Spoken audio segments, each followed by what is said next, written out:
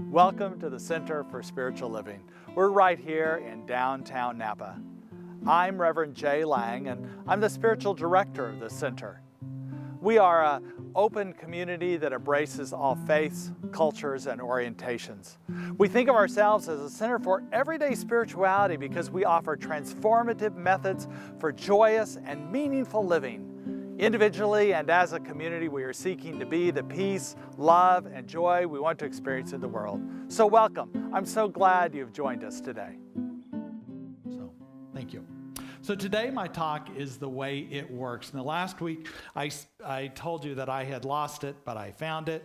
Well, I've had it all week. It is still here. So this is a part of a 4-week series. It's the second of it. Last week I talked about the thing itself. This week, the way it works. And next week is how it works. And finally, the 4th week will be how we use it. And it, of course, is Spirit itself. That which, anytime we try and define it, limits it possibly. And yet it's important to somehow talk about it and work with what we know about it, so that we can build our faith. And then we can let go of what our thoughts are about it and just be with it. And that's what the importance of our spiritual practices are. So we can just be in that there is no boundaries to it. It is that which is within us, and all of us is one with it, but it is so much more than that, than what we know and what we can imagine. But it's the same it that the Hindus talk about being the being of ultimate oneness. And the Kabbalah says the source of all being. Muslims call it the God is beyond our sight and understanding, at the same time nearer than our neck vein. The Christians, in the Bible, it says God is love, and whoever abides in love abides in God, and God abides in them. And it also says, for in God we live and move and have our being. That's my favorite one right there. We live and move and have our being. And it even goes back to Greek philosophers who still talk about it as being all of life as well. Heraclitus says the one that is made up of all things, and all things issue from the one. And it's simply the way it works is through us, the way we allow it to be. For it is always there. It is the unchangeable part of life, a constant. The variable, if you're a scientist, you know that in experiments you have constants. The constant is Spirit. It is always there. It works the same way. The variable in this experiment of life we have is our own beingness. How open we are to it, how mindful we are, how conscious of it, how much we allow to come through us as us. And it is our intention to be more, to allow more, to create more, to be the blessing in people's lives and to be the blessing in our own life as we know it. We know the Spirit to be the source of all life, all creative force in this element. Joy, the love, the abundance in Spirit itself. And the more we allow of it, the more we are conscious of it, the more that is in our lives. And it's that simple. As I said before, I'm cautious about using the word it because I don't want to define it as a separate being. Somebody said they saw Deepak Chopra on television the other night, and he said that Spirit is neither he, she, or it. And I understand why he's saying that, because it is a presence. But at the same time, I think it's good to look at what we do believe about God. We don't believe in a God that is like a puppeteer above us that controls us with strings. We don't, hopefully, only use God when we need it, like a doctor or a paramedic. That it's a constant presence within us. This presence that we know to be the truth of who we are. That Ernest Holmes, our founder, believed in this principle. And it's that which he taught. He talked about it being an it. And these are the series that I'm doing now are the first 4 chapters of his book, the Science of Mind textbook. He wrote many books, but that is the basic book. And in those first 4 chapters are the basics. The other part of the basics that I enjoy, that I use a lot, is an affirmation that is just states the basics. So whenever, here's a picture of Ernest Holmes. So whenever there's doubt or fear in my mind, or if I just need to affirm the truth of who I am, the truth of my spiritual being, for I am, as Pierre Chardin said, not a human being having a spiritual experience, but a spiritual being having human experiences. And this is the affirmation for me that's kind of the basic phrase that are Ernest's words that he spoke, he wrote about himself, but now we're using it as almost a chant. So it goes like this. There is only one life. That life is God's life. That life is perfect. That life is my life now. Let's say that together, okay? There is only one life.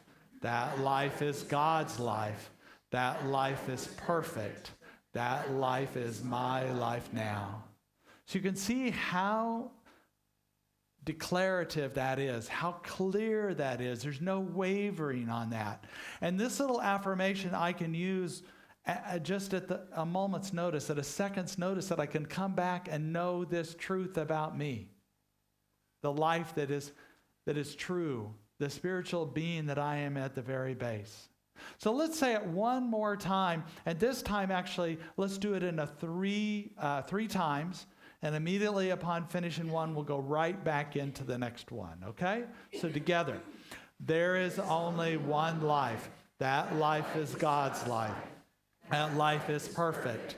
That life is my life now. There is only one life. That life is God's life. That life is perfect. That life is my life now. There is only one life. That life is God's life. That life is perfect. That life is my life now. Just let that sink into your consciousness for a moment.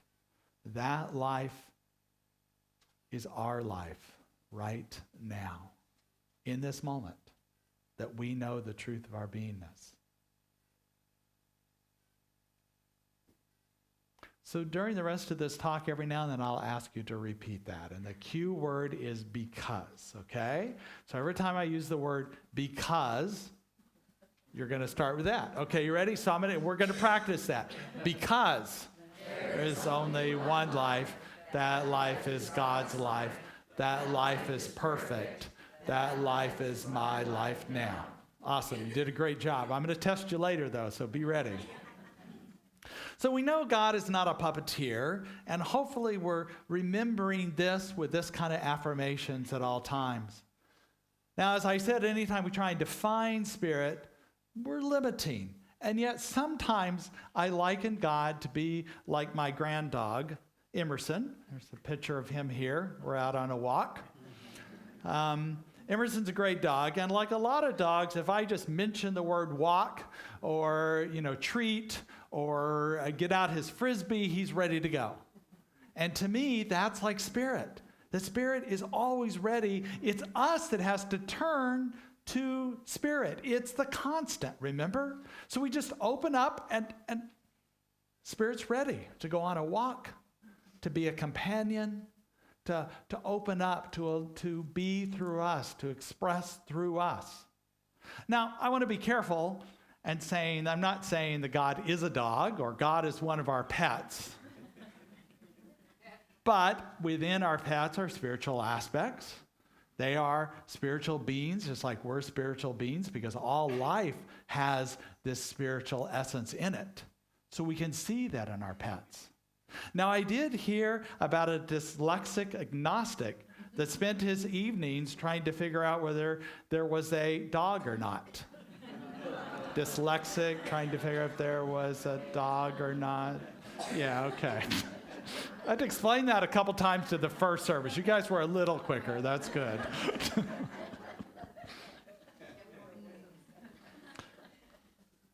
at the same time, we know this aliveness that's within us that is Spirit itself.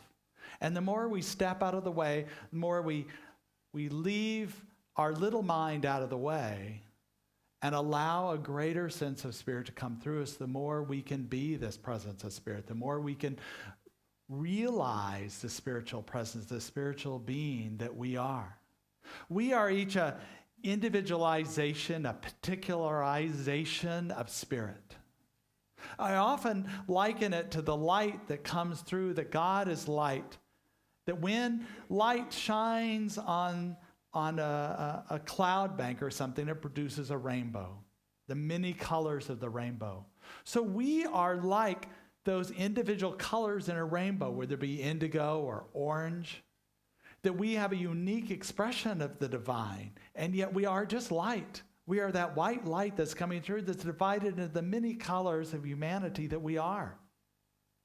So we recognize this, and yet we don't get caught into, yes, I am orange, that's all I am, I'm just this human experience I'm having. That's just the way you're showing up at the time. We are all light. All life is light, whether it's the colors of the rainbow, the clouds, the rain, or that which is nurtured by the rain, the green grass and the trees, is all an expression of the divine, an individualization, a unique expression of the divine.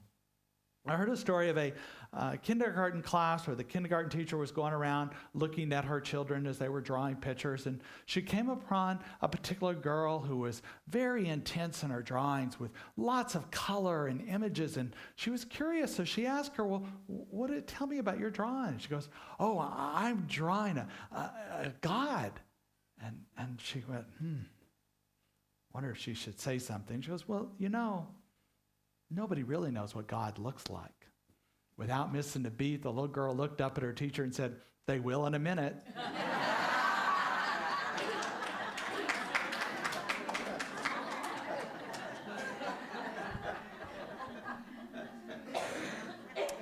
And if we're willing to be in relationship to people, if we're willing to listen to them, if we're willing to ask them, what is your experience of this? Or honor just who their expression is, then we can get their image of God. And yes, in some cases, it can be a limited view of God, and yet we just honor and bless them for that view. And we can be aware only really of our own limitation. We can't judge, we can, but we try not to judge other people for who they are. But we can be aware and mindful of our own thoughts. We set forth in strong intentions and to act in a certain way and to be in a certain way. And because we do that, because we're conscious beings, then we can also be aware of our thoughts that show up that don't align with who we want to be. And that's in this consciousness. That's in this realization we do.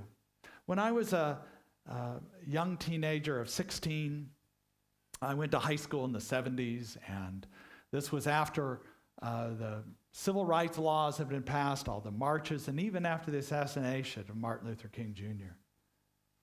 And I was clear on who I was, despite being in Texas where there was still a lot of bigotry, a lot of discrimination. I mean, they were so resistant to the laws of integration in schools in Texas. They didn't really resist it, they just didn't do it.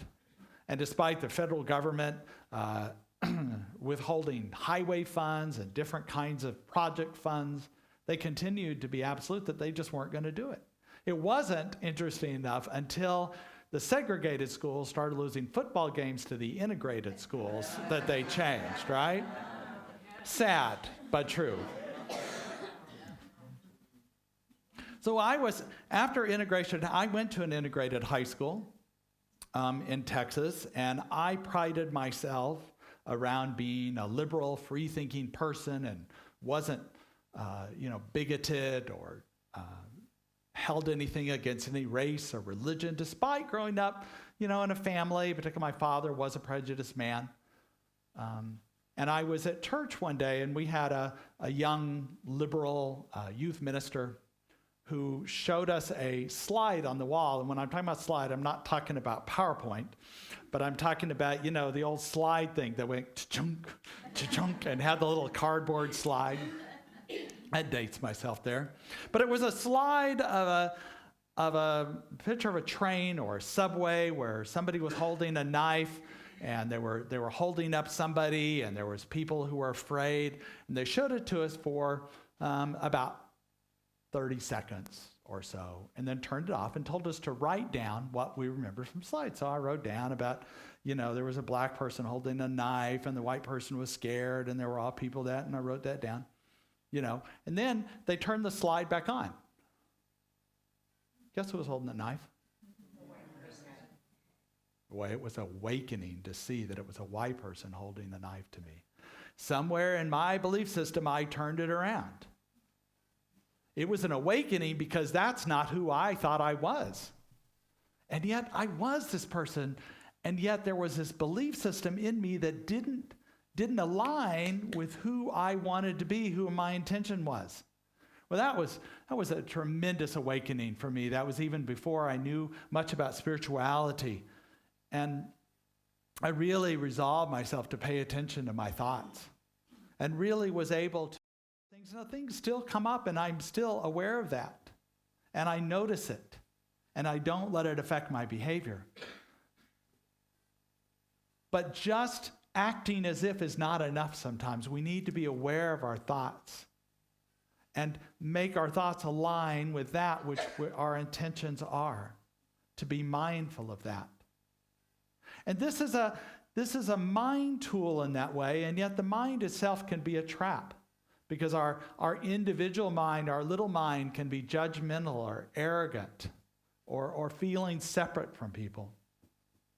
So we recognize our individual mind as just a tool, not something to get trapped into, not something to hold on to, that's the end all, because it really is a human mind, part of our human experience, and that we go back to that which is our spiritual experience and that which we know, because there's only one life. That life is perfect. That life is perfect. That life is my life now. Good job. Okay.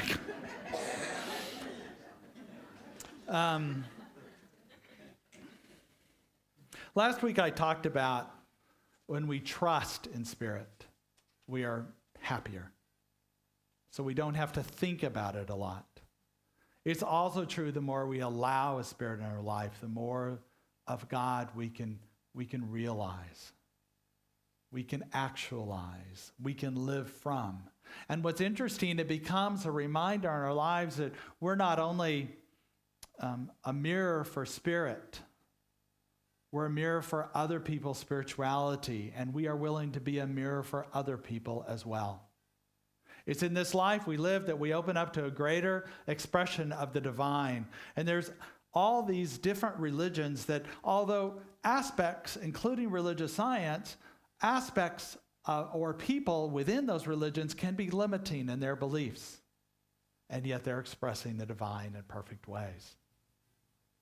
But there are within every religion also spiritual practice that open people up to a greater expression of the divine, a greater channel of the divine. So for Christians, they invite Jesus into their heart. And this, if you've not been a Christian, is a way to surrender to the divine, a way to open up to a greater expression. Hindus passionately chant to experience Brahman. The Native Americans sit in a sweat lodge to purify themselves and open up to a vision.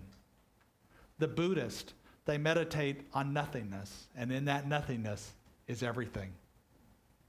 I did hear of two Buddhists who were meditating, and one of them turned to the other and said, "Hey, are you not thinking about what I'm not thinking about?" Of course, the other one that said, "Wait, you're thinking about what you're not thinking about, what I'm not thinking about?" And the other one goes, "But you're thinking about what I'm thinking about, not thinking about what you're not thinking about." They stared at each other and went back to meditating. But we act in a world, we open up to the way that Spirit shows up in the world and the way it shows up in our world, because we know we are a spiritual being. And we also know because there is only one life. That life is God's life. That life is perfect. That life is my life now. We believe in the internal goodness of Spirit in our lives. And we know that all that comes through us when we have clear intentions is the truth of our beingness. We allow that to be. Today this weekend, we honor Martin Luther King Jr., the blessing that he was on this life. And the more I read about him, the more I'm inspired by him. Not only did he lead a movement of civil rights and equal rights, as well as for those who are poor, that changed the way the laws were written. You know, with every step he'd take, I know you know that he was met with violent resistance. Not only from other civilians, but by the police and the military and the government itself. Surely he had days of hopelessness, of feeling powerlessness, of hopeless, of anger. Can you imagine the anger? I cannot imagine, but you know he had to be angry. He had to feel rage about the way he was treated, about how other African Americans were treated, and yet he persisted. And what I've read about him recently is that as a teenager, he questioned the literal interpretation of the Bible, even though being brought up in the Christian faith. He questioned it. And yet he went on to become a minister because he saw it as a vehicle for the change he wanted to see in the world, for the civil rights actions and the treatment of all people equal. And what he focused on was the message of love from Jesus. And that, for him, spoke to him.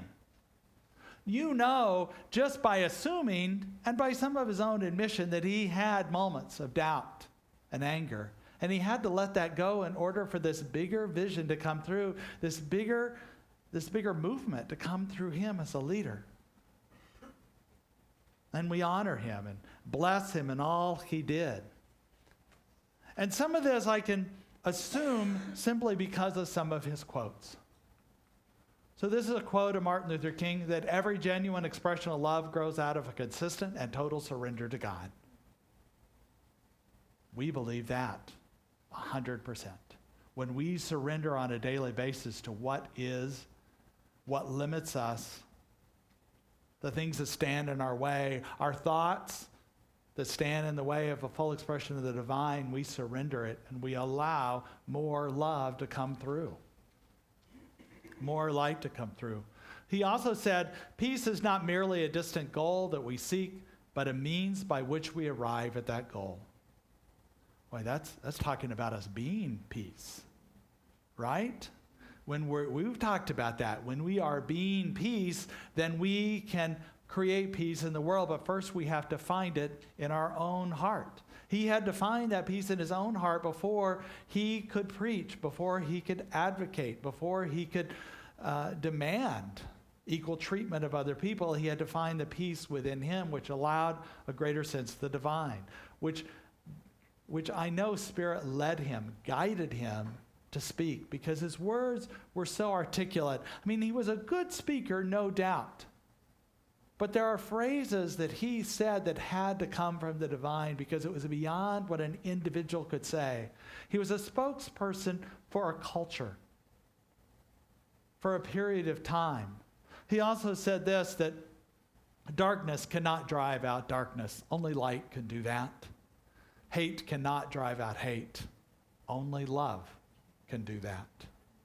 Right? And we know that to be the truth. And yet for him to say that, when he at times was feeling the despair and the hatred himself, he was speaking from himself. He was preaching to himself, saying, I cannot live out of hatred. It's not going to change anything at all. It will only meet further resistance. He also said, I believe that unarmed truth and unconditional love will have the final word in reality. That this is This is why right, temporarily defeated, is stronger than evil, triumphant.